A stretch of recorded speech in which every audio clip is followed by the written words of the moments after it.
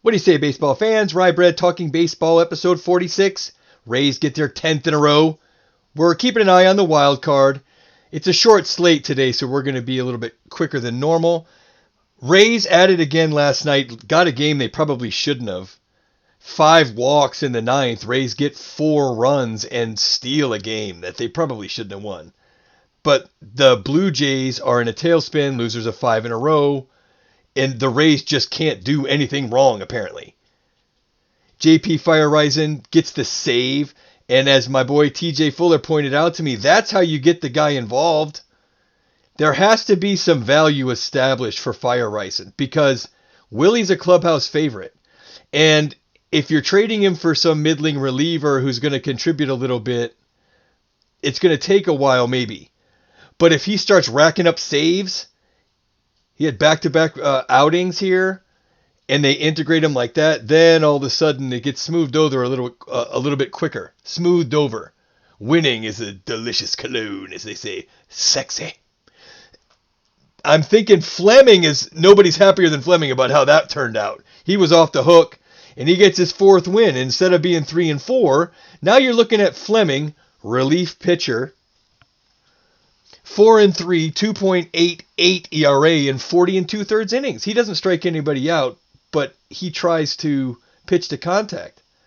Fleming's effective, and he works well with an opener. And Yarbrough is starting today, and that's the one thing I can't figure out. If they're trying to protect Yarbrough's feelings, or why they're not going to move the lineup is possibly the reason. The Blue Jays keep their top lineup pretty much the same, and that could explain why they don't bother putting an opener in there for Yarbrough.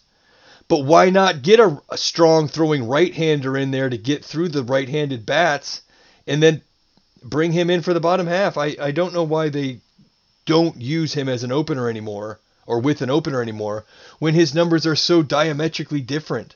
Positive with an opener, negative as a starter. He got bailed out by Rock and Rolla Rosarena going Rock and Rolla Rosarena last time.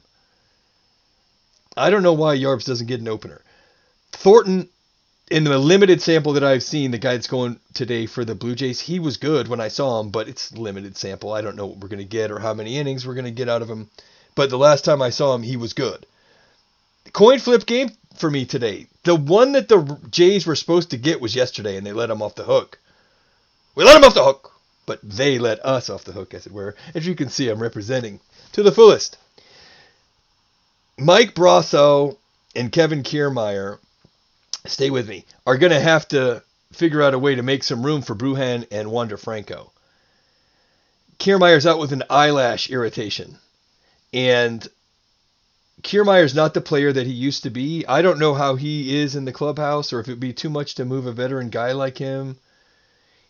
It doesn't seem like it, but he doesn't contribute as much as he used to now that there's other players in the outfield that can not maybe as good as Kiermaier, because he's an excellent outfielder. But who would you rather have at the plate, Margot or Kiermaier? Yeah. Brosseau or Kiermaier. Mike Brosseau, of course, these are right-handed hitters, obviously. But the way that Phillips is playing, and frankly, I just like Maverick more.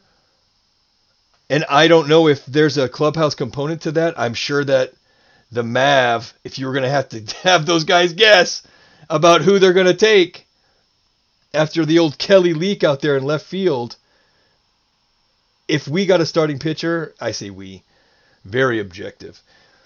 Man, if there was even a number 3 caliber starter out there for Kevin Kiermaier, thinking Kyle Hendricks or something of that nature, I think they would do it. Because they've got him on a good contract. But with Phillips, Brujan, and everybody coming up, or with Brosseau needs to start hitting, otherwise Brujan's going to take his place. And Franco's just a little bit away here. So there's still a roster jam, and it looks like right now Brosseau's next.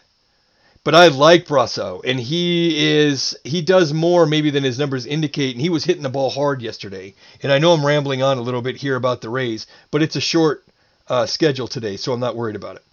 We'll move on after we say You have to establish that value for Feyereisen, and I think they're doing it. And he needs to step up. Because if the Rays clubhouse sees like, oh, we traded Willie for this clown or this scrub, it's different than, oh, we traded Willie for this guy and he's got 3 saves over the last 7 days. There's a little bit of a tonic there if Feyereisen is getting saves. It's not like the Rays have a closer, but every save he picks up and every successful outing he has makes it a heck of a lot easier for him to integrate. And that couldn't have gone any better. And Man Choi, I kept stalling. G-Man, the man, is white hot, and he won't stop. I love Man Choi. He's my wife's favorite player. I'm jealous. Be careful, G-Man. You stay away from my woman. Just kidding. She loves him, though, and I love him. Good old G-Man. Boston lost, so now we have a first-place tie with the Red Sox. Wheeler went 7.1 innings, 7 1/3, 12 Ks, and he's sporting a 2.38 ERA. A little bit unsung. Throws hard. 10.3 K per 9 for Wheeler. He's been tough for them. Overall records at 4-2. Phillies have a tough one today. That 6-2 win, though, over Boston was huge to get the Rays tied up there. NL East, still, I don't know what's going on. I still have the Phillies. It's a tough road for them. I don't like their offense particularly, but they hit some last night. It's almost, I want the Braves because I like the Braves. But I just think that the Phillies pitching is going to be too tough, and it was just evident again with Wheeler. Yankees got to win 5-4. Tyone on the mound for 5 scoreless. Everybody was dogging out, myself included, this Yankees rotation. They're back. They're in it till the finish here, unless more people get hurt, which is always possible with them. A's gave one away. Oh, we had it in the bag. We were red hot on the bets, and the A's they were ahead early, figuring they were just going to close that one out, and ended up dropping that game, unfortunately. We're going back at it today with the bets. We'll get to it later. Dodgers won again. That puts the Padres in first place. San Diego is on the road at the Brewers, and it's Snell and Woodruff. Oh, it's going to be an awesome game. That's all me, baby. I'm all over Snell at Woodruff. Appointment pitching of the day. Don't miss it. See if Snell can keep that momentum, pitch a little bit deeper into the game. A lot of X-rays on that Milwaukee team these days. It's going to be a regular reunion over there in Brew Crew Town. Texas sweeps Houston. Get out of here. And guess who the Angels get to go play? The red hot Texas Rangers. Oh, shoot. I didn't check if that was home or away. We'll get on that tomorrow. Texas, Adolis Garcia, bookends 2 walk-offs. 2 walk-offs. Hit a 3-run homer in the 10th in the opener. Has 2 bombs in Saturday's game, and then last night has a little nubber infield single to win the game. The guy is unstoppable. In Laureano-esque. There were some fantastic performances, superlative-wise, across the league. Oh, man, it was such a great weekend of baseball. John Means tonight is our bet. John Means with his 1.70 ERA and 4-0 record against the scuffling Twins who are putting Shoemaker out there, 2-5, 6.8 ERA. There is a travel day and a 1-hour time difference. I misread this earlier and thought it was at Waldorf. But it doesn't matter. It's a 1-hour time difference, and I've made that flight. It's not that bad. So I don't think the Orioles are going to suffer any ill effects from a 1-hour time difference change, and the Twins have been struggling pretty mightily. It's plus 100. And John Means has been just incredible. So that seemed like an easy one to me. Rogers and Eflin today. Phillies going to Miami. The price caught up with Rogers, and we're leaving him alone. The Miami offense is just so stagnant.